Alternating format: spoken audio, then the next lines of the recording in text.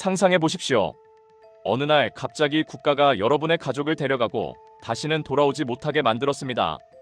억울해서 미칠 것 같은데 국가는 10년, 20년 동안 입을 닫으라고 강요했습니다. 그러다 세월이 흘러 국가가 말합니다. 미안하다. 옛날 일은 덮고 이 돈 줄 테니 합의하자. 먹고 살기 힘든 당신은 울며 겨자 먹기로 도장을 찍었습니다. 그런데 나중에 알고 보니 그 합의 자체가 헌법에 위반되는 잘못된 것이었습니다.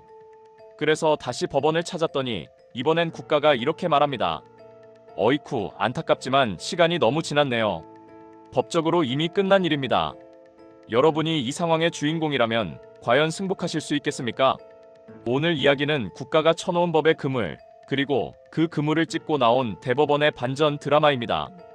시계 바늘을 1990년대로 돌려보겠습니다. 5.18 민주화운동의 진실이 조금씩 밝혀지자 국가는 부랴부랴 5.18 보상법을 만들었습니다. 피해자와 유족들에게 보상금을 주겠다는 거였죠. 그런데 이 법에는 아주 무서운 독소 조항이 숨겨져 있었습니다. 바로 재판상화의 간주 조항입니다. 말이 좀 어렵죠? 쉽게 말해 이런 겁니다. 이 보상금을 받으면 국가랑 재판에서 화해한 거로 친다. 그러니 나중에 딴소리 하지 마라. 유족들은 선택지가 없었습니다. 당장 생계가 막막했고 법이 그렇다니 그런 줄 알았습니다. 억울한 마음, 정신적 고통 다 가슴에 묻고 보상금을 받았죠. 그렇게 20년, 30년이 흘렀습니다. 그런데 2021년 5월 엄청난 일이 벌어집니다. 헌법재판소가 이 조항에 대해 위헌 결정을 내린 겁니다. 육체적 피해 보상만 해놓고 정신적 고통에 대한 위자료까지 퉁친 것으로 보는 건 잘못됐다. 유족들은 그제야 소송을 냈습니다. 국가야, 그때 안 준 정신적 위자료 이제라도 내놔라. 자, 여기서 깜짝 퀴즈 나갑니다. 국가는 유족들의 청구에 대해 뭐라고 답했을까요? 1번, 늦었지만 죄송합니다. 바로 지급하겠습니다. 2번, 이미 3년이 지났으니 소멸시효 완성. 줄 돈 없습니다. 마음 같아선 1번이었으면 좋겠죠? 하지만 현실은 냉혹했습니다. 정답은 2번입니다. 국가는 소멸시효라는 카드를 꺼내 들었습니다.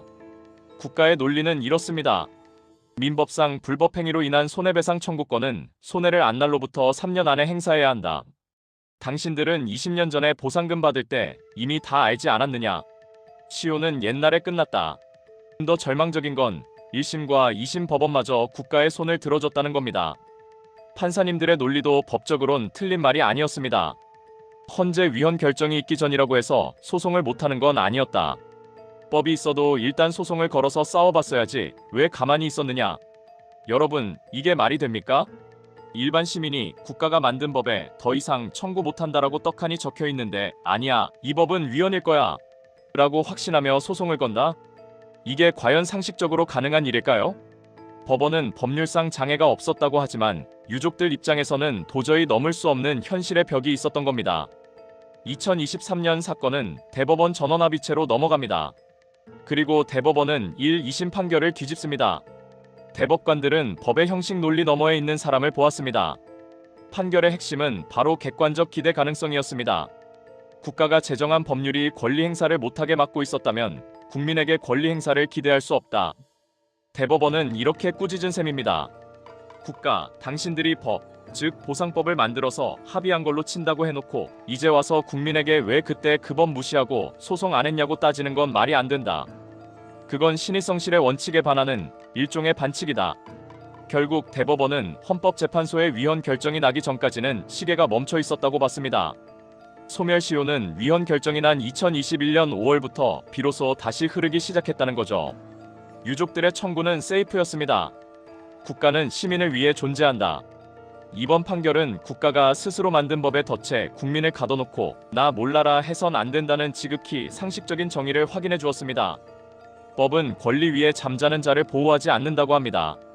하지만 국가가 국민에게 수면제를 먹여 재워놓고 왜 자고 있었냐고 나무라는 건 정의가 아니죠. 대법원은 그 사실을 명확히 했습니다. 혹시 여러분 중에도 법이 그래서 어쩔 수 없다, 이미 늦었다는 말에 포기하고 계신 분이 있나요? 당신의 권리는 생각보다 강합니다. 그리고 법은 생각보다 우리 가까이에 있을지 모릅니다. 절대 미리 포기하지 마십시오.